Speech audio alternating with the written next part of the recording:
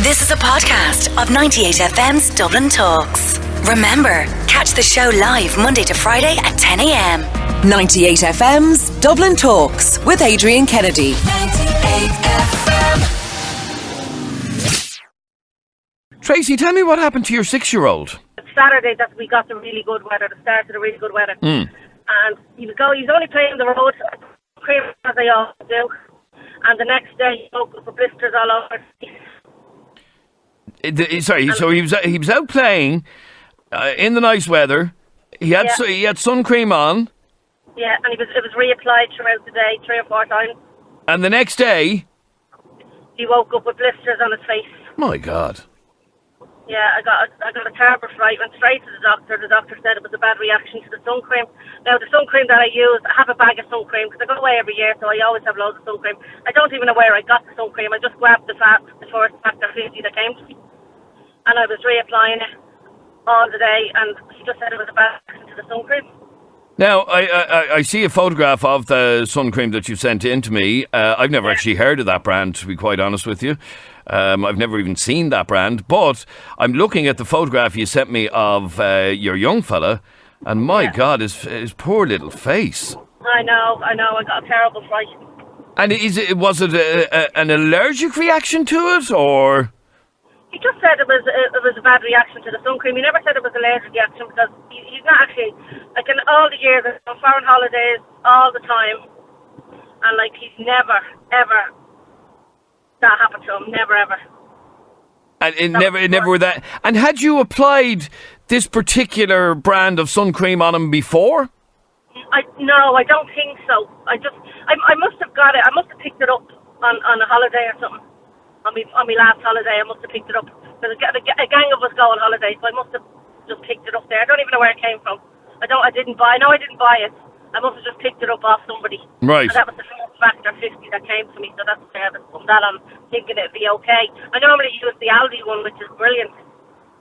So I believe, yeah. Now, this particular brand, I don't want to name it by name, but as I said, I've never seen it, I've never heard of it. It could have a good reputation, but is it that he just had a really nasty allergic reaction to it?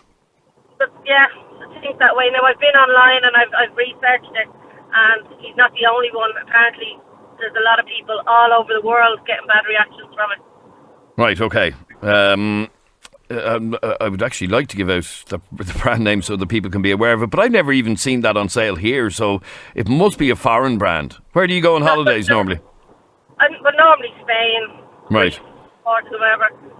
So I must have picked it up. But there is actually in Ireland. I went on Twitter. I put it on their Twitter page, and they contacted me straight away. There is an English and an Irish office. Oh, right, okay. So they do. It is on the market here. Yeah, definitely. Stay there for 1 second, Tracy, if you can, please. 6797 981 is our telephone number. You can text or WhatsApp the programme on 0877 98 98 98. 0877 98 98 98. I'd love to hear from you on this and find out whether or not you agree with what's being said here, that if your child gets sunburnt, it is child neglect. Simple as. That there is no other excuse for your child being sunburnt. Is that fair to say? I mean, there's a case, and Tracy, sorry, his little face was all red, so he was sunburnt as well, was he? Yeah. God love him. God love him. It looks really, really sore. He's all blisters on his cheeks, and yeah, that's awful. But it could have been just. Sorry, an allergic reaction to something in that particular brand of sun cream. Yeah. Okay, well, you won't be using that again, will you? Definitely not. Stay there for 1 second, Tracy. 6797 981 is our telephone number. Text or WhatsApp us 0877 98 98 98. Liz, you're on 98FM. Hi, Liz. Hiya, Adrian. Liz, you believe that it is neglectful if a child is brought to hospital with sunburn? Yes, definitely. I think if you end up in the hospital with your child because they've got so badly burned by the sun, then yes, of course it's the parents' fault and it's neglectful. Like, who doesn't see their child getting burned? Like, no, who doesn't see their child getting burned? but yet you continue to allow them to play out so long and without any protection on their skin to where they get it. But I know, I spoke to one woman, it was last year when her child got burned, and her argument was, well, she did put the sun cream on a couple of times, but forgot the third time, and these things happen. But, come on, it shouldn't happen. I mean, most people wear it. The sun has been so hot the last couple of weeks. I don't understand how anybody could forget to put sunblock on their child. I don't. I don't see how that's something that you'd forget at all. Well, we all forget things by mistake. Not when it comes to your child's skin. Through most of the sunblocks, they're going to get some sun. They're going to get some sun anyway. It doesn't protect you 100%. So, I don't understand how you could forget to put sunblock on your child. I really don't. Especially if you're at the beach or wherever. Like the guy said earlier, sometimes you can put it on and then they go into the water. If they're not at the beach, most of them are in paddling pills. I do not understand how people don't see that when you put sunblock on and you then let your child into water, that the sunblock is going to come off. Do you know what I mean? I don't see how it's possible to forget to protect your child. Okay, so if you end up bringing your child to... If you end up in hospital with your child because of sunburn, then yeah, it is neglectful, and yes, something should be done. You know what I mean? There should be something, because that's not right. It is neglectful. Okay, let me read out a couple of your messages before we wrap this up. I've said it before, some people aren't able to be parents, and I'm sure they throw on the sun cream once and send Junior off to play thinking, sure, they'll be fine. And yes, I agree, there are some people like that. Another message with regard to that sun cream, because she doesn't know where she got the sun cream. Sun cream goes out of date 1 year after it's open.